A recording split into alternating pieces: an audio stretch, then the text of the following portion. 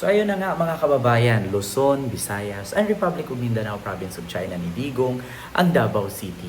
Mga kababayan, meron lang po akong gustong reaksyonan patungkol nga dito sa video na sabi ni BBM, nakakapagtaka, no?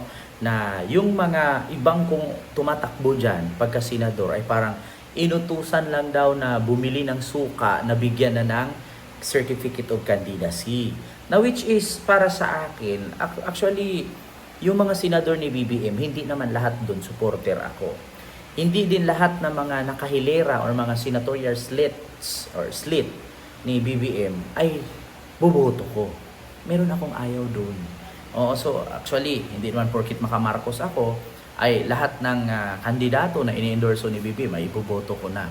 Oo, so ganon din.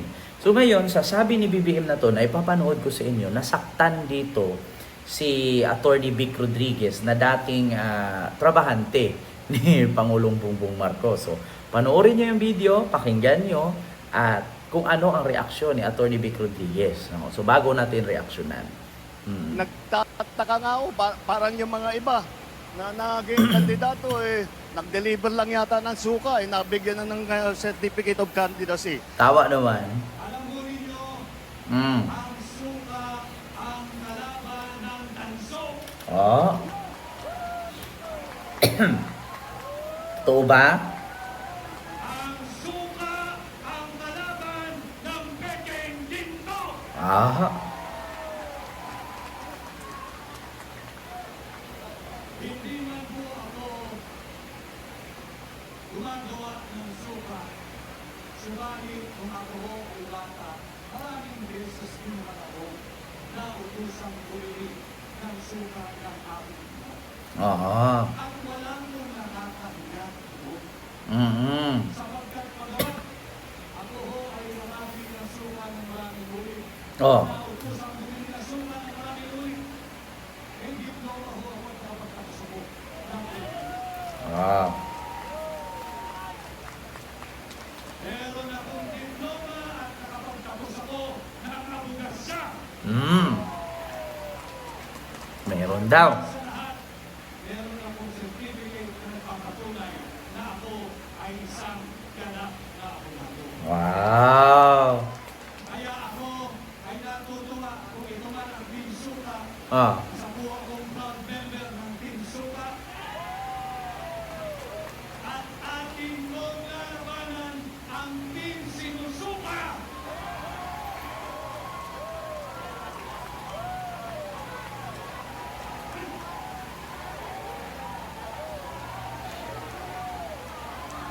Labanan natin ang mga mambubudol.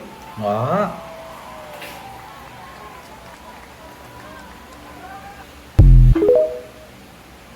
Mm-mm. So yun po mga kababayan, narinig nyo naman po, sabi ni Pangulong Bongbong Marcos, nakakapagtaka nga na yung mga senatorial candidate sa kabila, grupo ni Digong ay parang inutusan lang bumili ng suka, nabigyan na agad ng certificate of candidacy, tumakbo ng senador. Which is totoo naman po talaga. Ngayon mga kababayan, ito unahin ko muna reaksyonan yung sabi ni Pangulong Bongbong Marcos. Ganito kasi, ikaw, di ba pag nag-apply ka ng trabaho, pumunta ka sa HR. Ngayon, pag in-interview ka ng HR, ang tatanungin sa'yo, ang yung credentials. Yung natapos mo, kung may diploma ka, diploma mo, kung may nagawa ka, or kumbaga parang, di ba, skills, yun ang hahanapin sa'yo. Katulad lang din yan sa pagtakbo sa politiko. Mahirap kasi pumasok sa politiko na wala kang alam. Di ba? Mahirap yung pumasok ka sa politiko na pulis ka, tapos papasok ka sa Senado. So anong alam mo sa batas? Ipagdating mo sa Senate is mambabatas po kayo. Legislation. So hindi ka po pupunta doon para makipaggera. Di ba? Aanhin po yung artista ka, magaling ka sa action, magaling ka sa iyak-iyak. Papasok ka ng Senado. Aanhin mo yung pag-iyak-iyak mo doon sa Senado, illegislative nga yan. Tagagawa ng batas. Tagapagpatupad ng batas. So ngayon, artista ka, magaling ka tumambling, parang si Robin, magaling kang umiyak, di ba? Magaling kang umaksyon. Anong gagawin mo dun sa Senado? Magtatambling-tambling ka doon? Hindi po pwede yung ganon. Di ba? Ito naman, sabihin natin, katulad kay Attorney Vic Rodriguez, may diploma daw siya. Ganap daw siyang abogado, meron siyang certification. Wala namang problema kung may diploma ka at meron kang certification at ganap kang abogado. Walang problema at isa yan sa credentials. Kailangan may degree ka talaga, magaling ka, may nakapag-aral ka. So ngayon ang problema lang, aanhin mo naman po yung may credentials ka.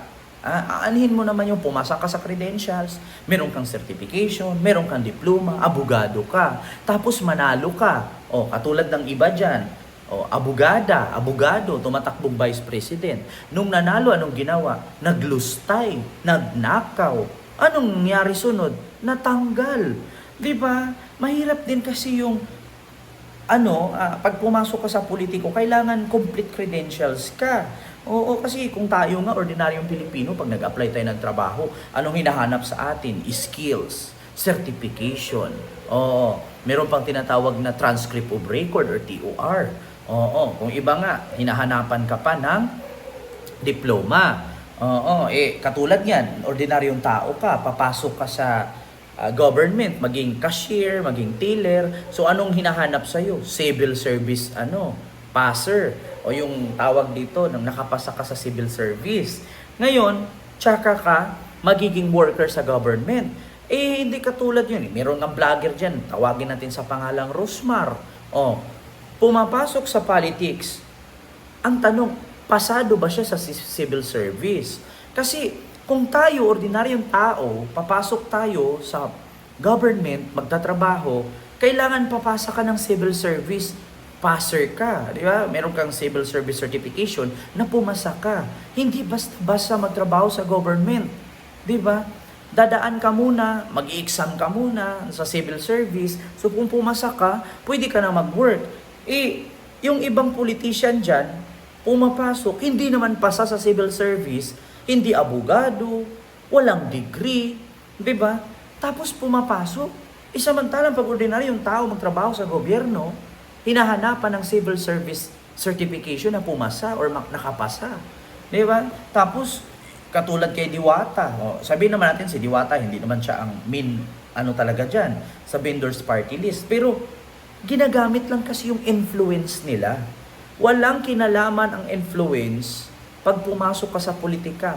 Aanhin mo yung magaling kang mang-boxing, marami kang followers, tatakbo kang pangulo, kapag nanalo ka, anong gagawin mo sa Malacanang? Magpapagawa ka ng mga court, magpapagawa ka ng ring, gagawin mong boxing area ang Malacanang. Hindi pwedeng ganon. Di ba? Kaya kailangan, marami talagang nasaktan sa sinasabi ni Pangulong Bongbong Marcos na yung ibang kandidato dyan, wala naman siyang binigkas na pangalan, na parang inutusan lang ng suka, nabigyan ng certificate of candidacy, tumatakbo ng senador. Now, which is, ito namang si Vic Rodriguez, na tamaan. Galit na galit. At ang pasaring niya ngayon, buti na lang ako. Meron akong degree, meron akong diploma, at ganap akong abogado. Hindi naman rason yan. Alam mo, useless yung pagiging abogado mo kung magnakaw ka lang din naman. Hindi ko sinabi na si Attorney Vic Rodriguez ang magnakaw. Aanhin mo yung abogado ka. May certification ka. May diploma ka. Pasado ka bilang lawyer. Pag nanalo ka, pareho ka ng vice presidente dyan. Abogada, nanalo. Anong ginawa? Confidential fund, binulsa, hindi may paliwanag, hindi nagsasalita, sila pa yung matapang, sila na yung nakagawa ng kasalanan, sila pa yung matapang. So aanhin mo yung ganyan, di ba? So yun lang mga kababayan, napakasimple. Hindi mo na kailangan ng arithmetic, hindi mo na kailangan ng eskwela, pulgadera o tape measure, di ba? Kung masaktan ka man sa sinabi ni BBM at kung hindi ikaw nun, tahimik ka na lang. Kung ikaw yun, talagang puputak ka. Kasi wala naman binigkas sa pangalan si Marcos eh. Diba? So yun lang, mga kababayan. Ang ating reaction, video ngayon. Maraming salamat and see you next vlog. God first. Thank you.